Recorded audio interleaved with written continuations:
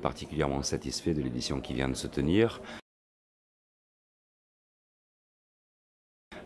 On n'a pas les chiffres bien évidemment de la deuxième journée, mais la première journée du salon laissait apparaître une progression du visitorat d'une quinzaine de %, donc ce qui nous donne toute satisfaction.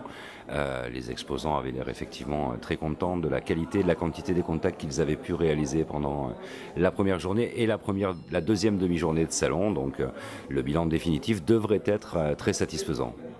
Sur le plan du contenu, vous avez accentué sur la question des CHSCT au cœur des problématiques, au cœur des évolutions du rôle des élus. Qu'en est-il ressorti au niveau des discussions, des débats, des échanges et de ces assises de manière générale ? Oui, c'est vrai qu'on a souhaité mettre un accent tout à fait particulier sur le thème du CHSCT,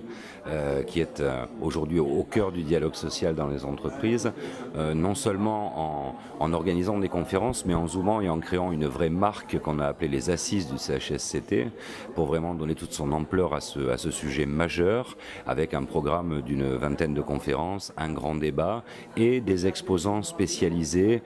conseils, experts, ergonomes qu'ont pu rencontrer les élus, et je dois dire que les conférences ont connu un succès qui a même dépassé nos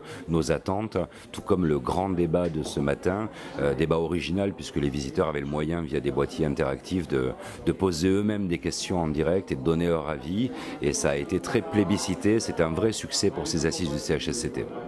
Une dernière question sur les prospectives, l'avenir et l'année prochaine. À quoi peut-on s'attendre pour le Salon LUCO 2013 ?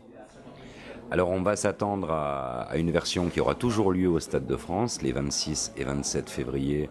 2013, tout comme il y aura une session début octobre également en 2013, avec une accentuation de l'angle CHSCT, de l'angle des contenus, et surtout toujours cette volonté qu'a LUCO depuis sa création de s'appuyer sur